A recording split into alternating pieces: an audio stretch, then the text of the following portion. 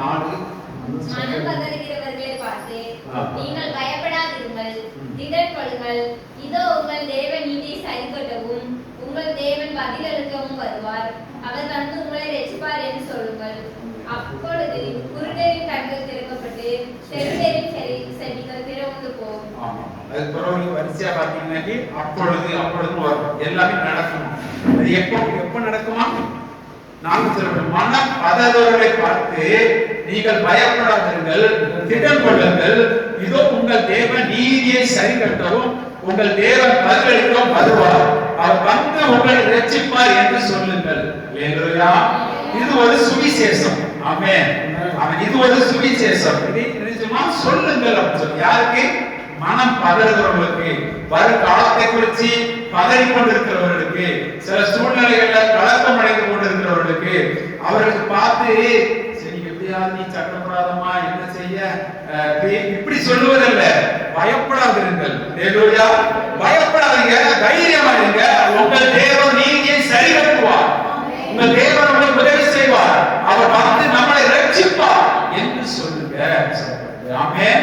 பலவிதமான பிரச்சனை இருக்கிறோமா, பலவிதமான சூழ்நிலை இருக்கிறோமா, அந்த சூழ்நிலையில நீங்க பேச ஆரம்பிங்க. அவர் என்னை ரட்சித்திருக்கிறார். ஆமென். பழைய ஏற்பாட்டுல இது முழுக்க பாத்தீங்கன்னா தீர்க்க தரிசனம். பழைய ஏற்பாட்டுல நீங்க பாத்தீங்கன்னா ஏசாயா புத்தகத்தை நீங்க பாத்தீங்கன்னா முழுக்க அவங்க பழைய ஏற்பாட்டை எழுதுறதை விட கிறிஸ்துவை குறித்து தான் அதிகமா எழுதப்பட்டிருக்கு. இப்படி ஒரு வரப்போகிறார், இப்படி ஒரு மீட்பர் வரப்போகிறார், அவர் நம்மை ரட்சிப்பார், அவர் நம்மை சீர்படுத்துவார், அவர் நம்மை மகிழ பண்ணுவார், அவர் புறஜாதிகளை பிரகாசிக்க பண்ணுவார், அவர் நமக்கு ஒரு பாலகம் கொடுக்கப்படுகிறார், கண்ணி வயிற்றிலே ஒன்று பிறக்க ஆரம்பிக்கும்.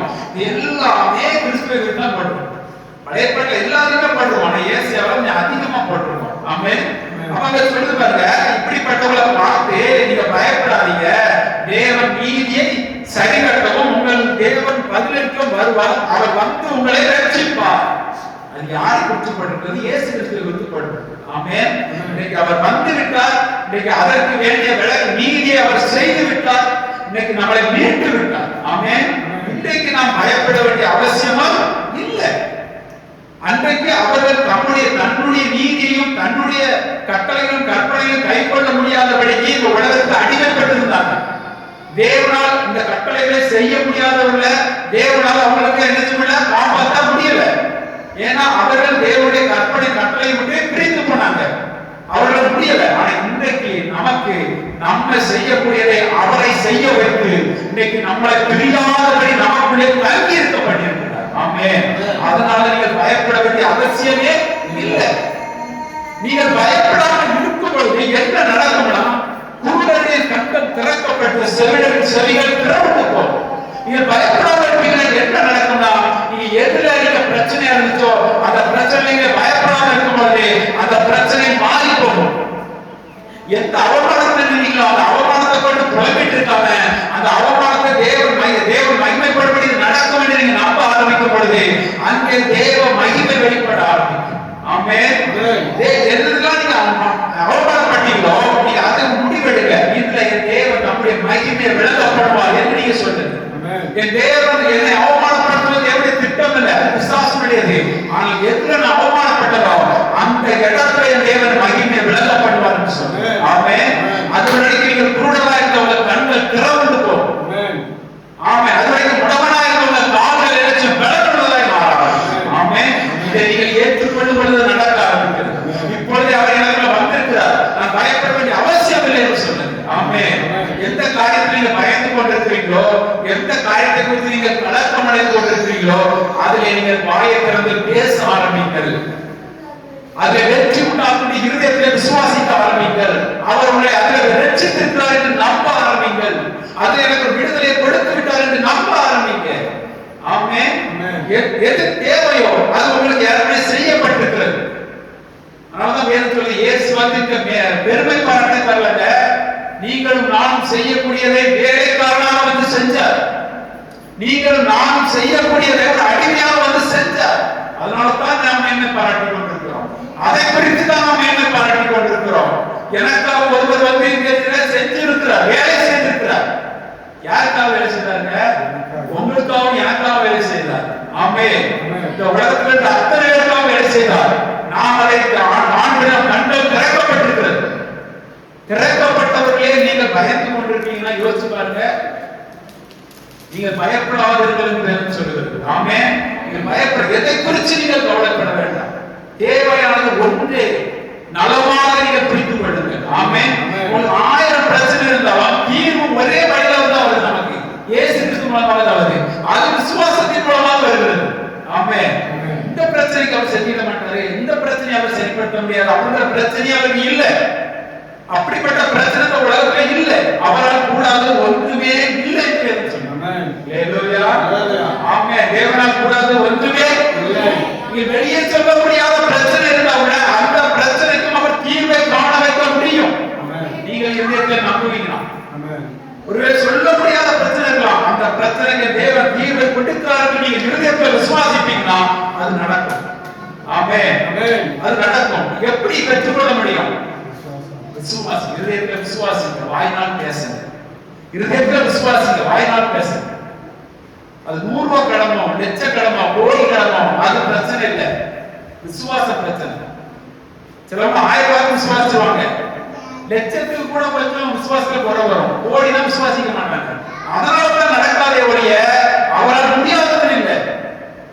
ஒரு சின்ன பிரச்சனை நீங்க விசுவாசிக்கிறீங்க. சிலவங்களுக்கு ஏன் சின்ன பிரச்சனை சரியாவது, பெரிய பிரச்சனை சரியாக மாட்டேன்னா ஏன் அப்படின்னா சின்ன பிரச்சனைக்கு நீங்க நம்ப ஆரம்பிச்சிருவீங்க. இது தேவன் செஞ்சிருவார், அவங்களுக்கு செஞ்சிருக்காங்க, எனக்கு செஞ்சிருவாரு. ஆனா பெரிய பிரச்சனைனா அவனுக்கே செய்யல, எனக்கு எப்படி செய்வா அப்படி, ஏன்னா அவனும் விசுவாசிக்க மாட்டான். ஒன்னும் நடக்காது. அதை பார்த்து நீங்க விசுவாசிக்க மாட்டீங்க, அது நடக்காது. அதனால தேவனால் முடியாதது இல்லை, நீங்கள் ஏற்றுக்கொள்ளாததுனால அது நடக்க மாட்டேங்குது. அதனால நீங்கள் என்ன செய்யணும்? விசுவாசிங்க. ஆமென். அவர் என்னை ரட்சித்திருக்கிறார். அவர் என்னை எல்லா தீங்கிலிருந்தும் விடுதலையாக்கி இருக்கிறார். ஆமென். எல்லா பிரச்சனையிலிருந்தும் என்னை விடுதலையாக்கி இருக்கிறார். ஆமென் சொல்லுங்க. ஆமென். எல்லா பிரச்சனையிலிருந்தும் உங்களுக்கு விடுதலை இருக்கு. ஆமென். வெற்றி மட்டும்தான் உங்களுக்கு சொந்தம். ஆமென். வெற்றி மட்டும்தான் உங்களுக்கு சொந்தம். பழைய ஏற்பாட்டில் அப்படி சொல்ல முடியாது. பழைய உடன்படிக்கையில் அப்படி சொல்ல முடியாது. மாம்சத்துக்குரிய கிறிஸ்துவுக்கு அப்படி சொல்ல முடியாது. மறுபடியும் பிறந்தவர்களாகி நாம் புது உடன்படிக்கையில் இணைக்கப்பட்டிருக்கிற நாம், ரத்தத்தின் உடன்படிக்கையில் இணைக்கப்பட்டிருக்கிற நாம், கிறிஸ்துவின் சந்ததியாக இருக்கிற நாம் அடித்து சொல்லலாம், நான் மீட்கப்பட்டிருக்கிறேன். ஆமென். எல்லா தீங்கிலிருந்து நான் என்னை மீட்டிருக்கிறார். அவர் என்னை ரட்சித்திருக்கிறார். அவர் எனக்கு விளக்கமாக வாக்கு கொடுத்திருக்கிறார். இதை நீங்க உறுதியாய் விசுவாசி. ஆமென். எந்த சூழ்நிலை இருந்தாலும் விசுவாசத்தை மாத்தாதீங்க. தேவனால் எல்லாம் கூடும்.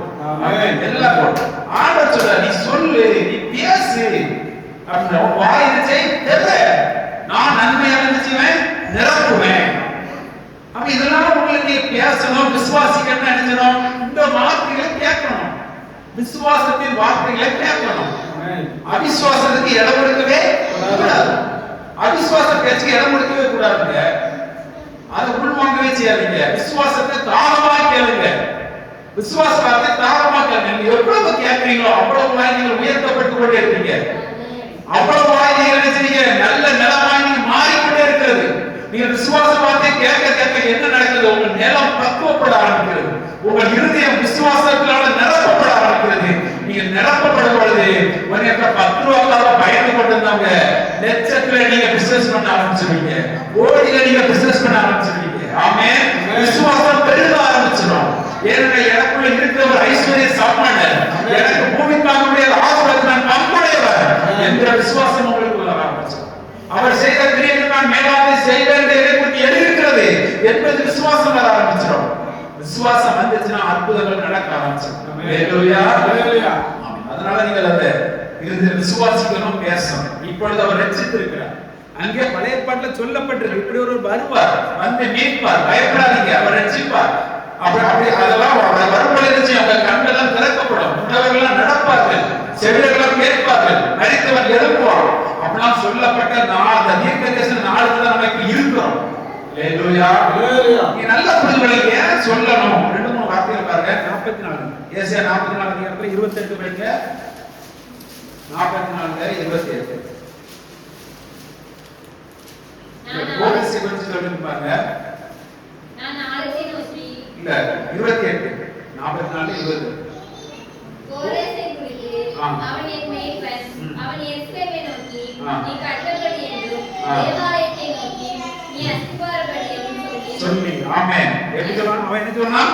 சொல்லுவான். சொல்லி எனக்கு பிரியமானதை எல்லாம் நிறைவேற்றுவான் என்று சொல்லுகிறார். என்று சொல்லுகிறவன் நான். தேவனுமே எல்லாவற்றையும் எப்படிதான் செஞ்சாரு? எப்படி செஞ்சாரு? சொல்றாரு. அல்லேலூயா.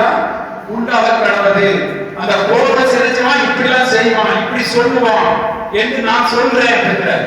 இப்படிலாம் சொல்லுவான், கட்டப்படுத்து சொல்லுவான், வளர்ந்து சொல்லுவான். இப்ப தீர்க்க தரிசனமும் என்னதுதான்?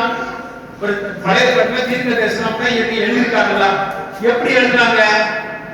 அந்த தீர்க்க தரிசிகள் என்னத்தை வாயை திறந்து பேசினாங்க. அல்லேலூயா. ஆவியின் நிறைவினால கர்த்தருடைய ஆவியானவர் அந்த தீர்க்கதரிசி மேல இறங்கின பொழுது அவர்கள் வாயை திறந்து பேசினார்கள். அதைத்தான் வேதம் என்ன சொல்றது? தீர்க்க தரிசனம் என்று சொல்லி வரப்போற காரியங்களை குறித்து பேசினாங்க. எதை பேசினாங்க? வரப்போற காரியங்களை குறித்து பேசினாங்க.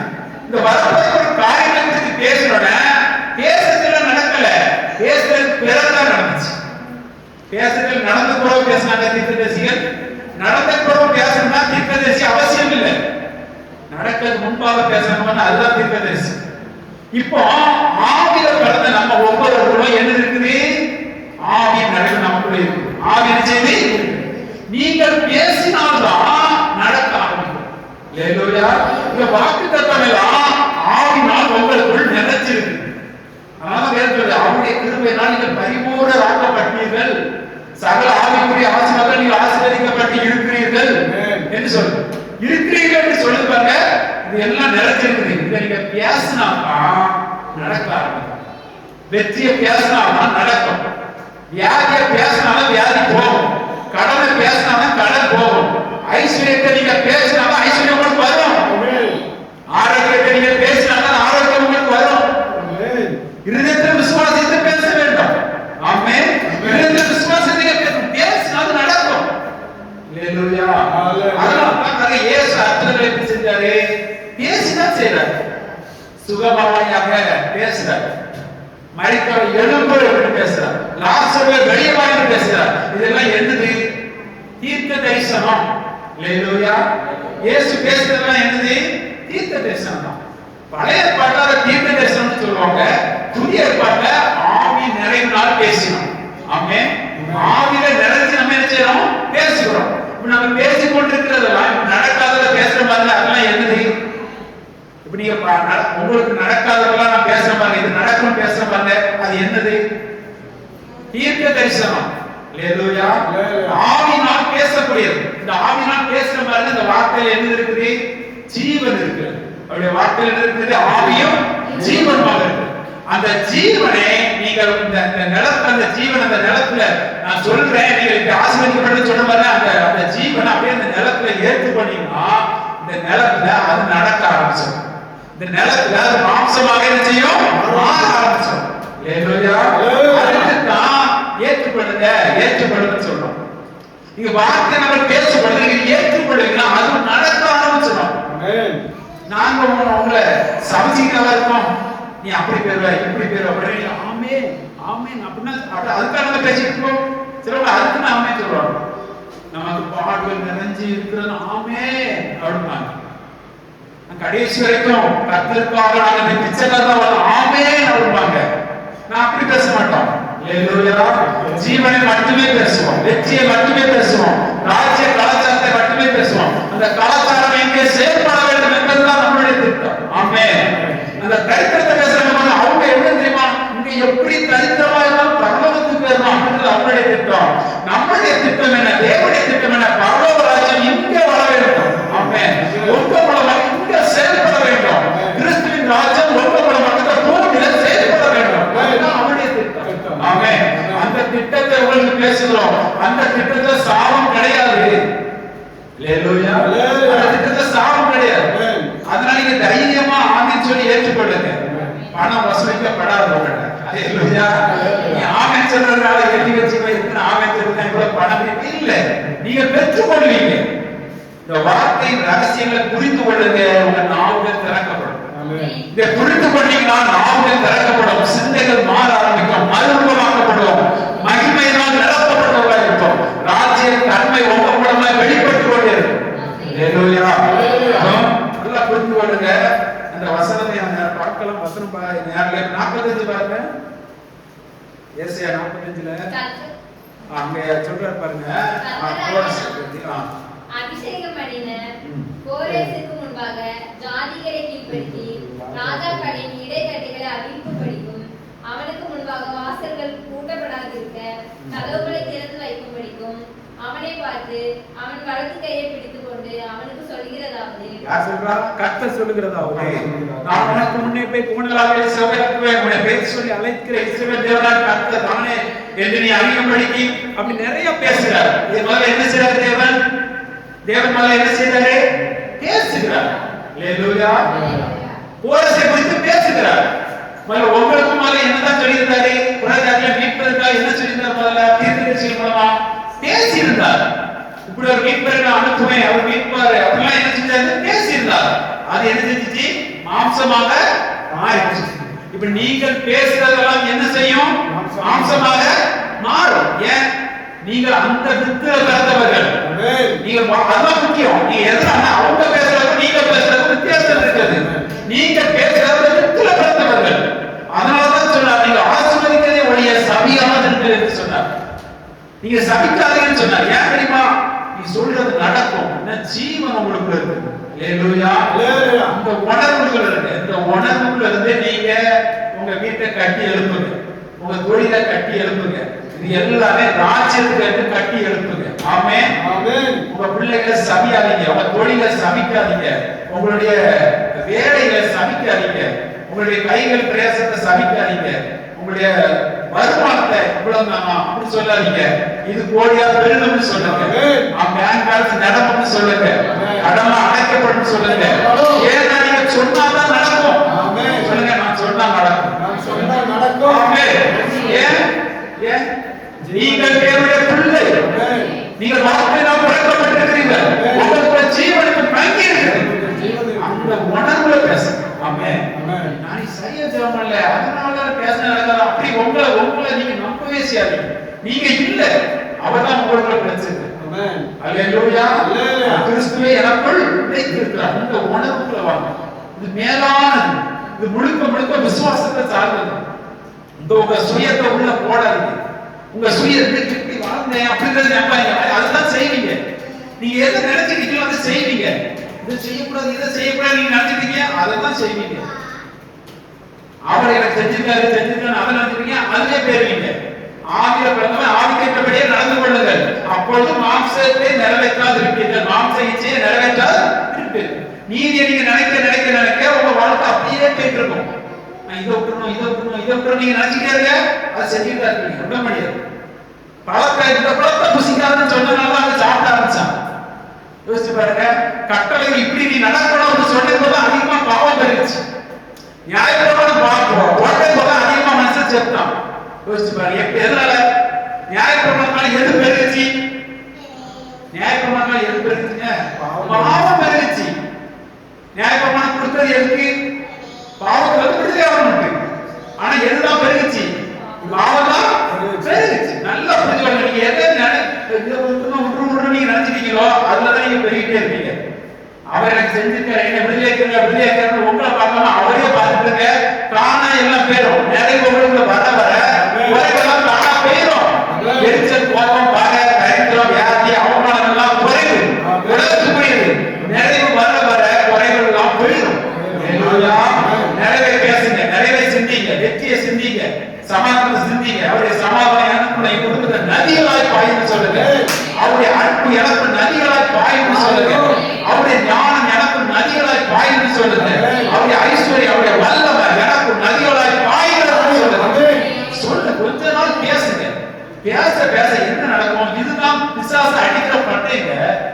இதுதான் பிசாசு பக்கத்திலே வரக்கூடாதபடிக்கு ஒரு பெரிய கேடயம். தேவனுடைய வார்த்தை ஆவின் பட்டயம். இந்த பட்டயத்தை தான் பிசாசு பயப்படுவான். உங்க செயல்பாடுகள் வச்சிருந்தீங்களா, நம்ம கொஞ்சம் நினைச்சுக்கலாம், அழகா உங்களை நீ பண்ணி அப்படின்னு உங்களை அழகா பண்ணிட்டு இருப்பான். நல்ல யோசனை. ஆவின் பட்டயத்துக்கு முக்கியத்துவம் கொடுங்க. பட்டயம் என்ன சொல்லுதோ அதை எடுத்து கூர்மைப்படுத்திக் கொண்டே இருக்கு. நீங்க பேச பட்டயம் கூர்மையாக்கப்படுது. எதிரி ஓடி போவோம், தரித்திரம் ஓடி போவோம், யாரும் ஓடி போவோம், அவமானம் ஓடி போவோம், ஓடி போவோம். இன்னைக்கு ஒரு தீர்மானம், வெற்றியை பேசு. ஆமென். வெற்றி அவர் அவர் அவரால வருது. இதுதான் எந்த பேசணும், அவரால தான். ஆமென். நான் வெற்றி பெற்றோன்னு பேசாதீங்க. அவர் என்னை வெற்றியாளனாக வச்சிருக்கிறார். அவர் என்னை கீர்த்தி போலமா வச்சிருக்கிறார். அதுக்குதான் அந்த வார்த்தை, அதுக்குதான் அந்த ஸ்தோத்திரப்படிகள், அதுக்குதான் விசுவாசம் இல்லை. இதை நீங்க தினமும் பேசுங்க. கொஞ்ச நாள்ல பாடாம மனப்பாடமாயிரும். உட்கார்ந்து சும்மா பேசிட்டே இருக்க, வெற்றியாளராக கத்த வச்சு அந்த வார்த்தை ஜீவன் எனக்கு போடும். ஆமென். நான் ஜெபிக்கலாம்.